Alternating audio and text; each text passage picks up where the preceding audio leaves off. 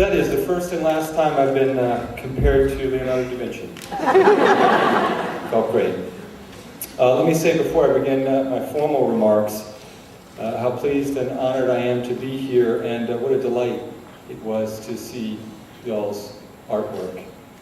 And also that I'm completely naked under this robe. Now, one of the problems with commencement speeches is the natural expectation that I will provide you this morning with some concrete idea of what you should do with your lives. Let me assure you that I have no idea what you should do with your lives. I often have very little idea what I should do with my life. This is your first lesson. You will often have no idea what you should do with your lives. Ask your parents. Better yet, don't ask your parents. They're worried enough about you already. My plan after college was to work at the Quincy Patriot Ledger, but they weren't hiring, so I took a job at the El Paso Times. I had no idea where El Paso was until I spotted a sign just outside of town. It read, El Paso, 11 miles. San Antonio, 592 miles. So that's where I was. A week after arriving in El Paso, the editor of the Patriot Ledger called to offer me a job. I said yes. A job at the Patriot Ledger would lead to a job at the Boston Globe and eventually the New York Times. And once I worked at the New York Times, my mother would stop worrying that I was going to die of scurvy. For the next week, I couldn't sleep. I couldn't eat. A friend took me to breakfast, and I wept inconsolably over a plate of huevos rancheros.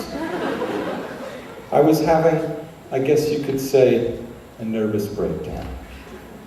If in the next few months you find yourself weeping over a plate of huevos rancheros, please do not panic. It is genuinely terrifying to be placed in charge of your own life. A number of years passed before I figured out what was really happening to me, which was that the invisible hand of art was steering me away from the safe, predictable path of daily journalism and toward the strange, uncharted life that El Paso represented.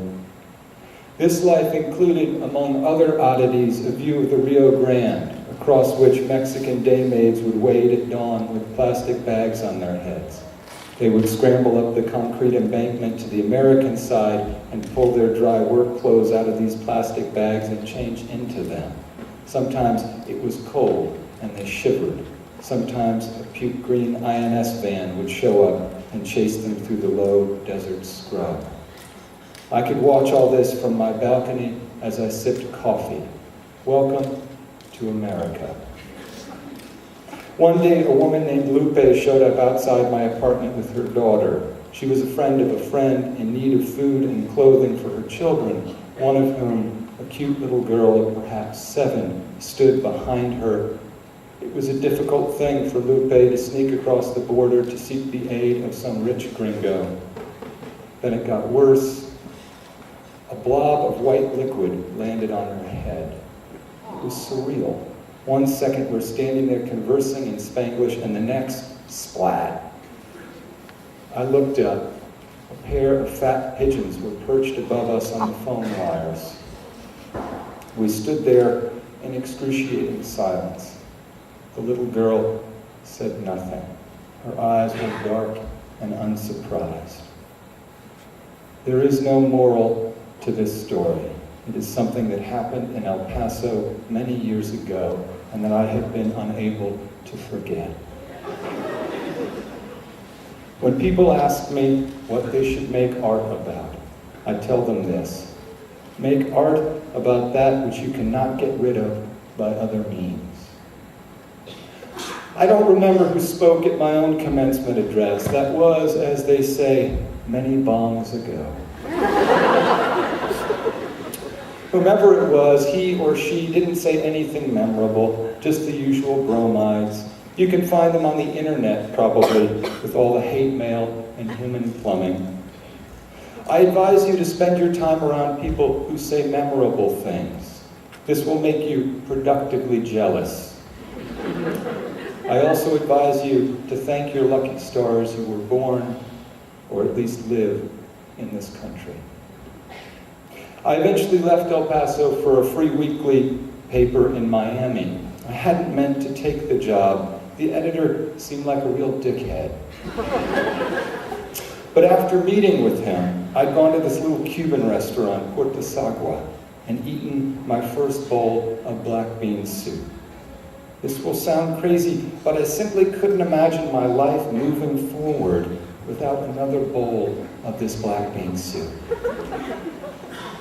So I flew back to El Paso and told my editor. She asked me to join her in the break room and sat me down in front of the vending machines and regarded me with great seriousness. She was a sweet woman with a beehive and no children. I mean a beehive hairdo, you know. I didn't actually have a beehive with her. Interesting. It troubled her deeply that I'd agreed to work for a free newspaper. Don't you understand, she said slowly, you're throwing away a chance to work someday for the USA Today. It is easy to see this woman as a comic figure, but she was trying in her own way to protect me. From what? Professional ruin, humiliation, questionable hygiene. It was too late anyway. I'd started reading by then. The sickness of excessive feeling had infected me. It took me 2 years before I worked up the nerve to start writing short stories and another 2 to apply to creative writing programs. I was nearly 30 years old by then. I'm now 83. My boss scoffed when he learned of my plan. You want to write books? He uttered this question with ferocious disdain, as if I had announced my intent to pursue a career involving rubber hoses and enema bags. He was resentful of my lofty ambitions. This is one of the occupational hazards of being an artist, or at least telling people you want to be an artist. Bad movies have filled their heads with all sorts of junk about what it means to make art. They think it's about self-expression, which sounds neat, and suffering, which sounds dramatic, and downing red wine in Parisian cafes, which sounds sexy. I never quite have the heart to tell them what it's really about, which is sitting around in your underwear trying to outlast your doubt. So stubborn is this myth that your very own parents might even be a tad jealous of you. But if they're skeptical of your endeavors, it's probably because they know the world a little better than you. Chester is, from what I can tell, an exquisitely designed cocoon. It has afforded you the chance to grow into the fragile beauty of what the bad poet in me wants to call your artist wings. You should stand up right now and howl in appreciation at your parents for allowing you to attend this nutty place, and at your professors for holding you to account as kindly as they have. I'm serious. Get off your ass right now.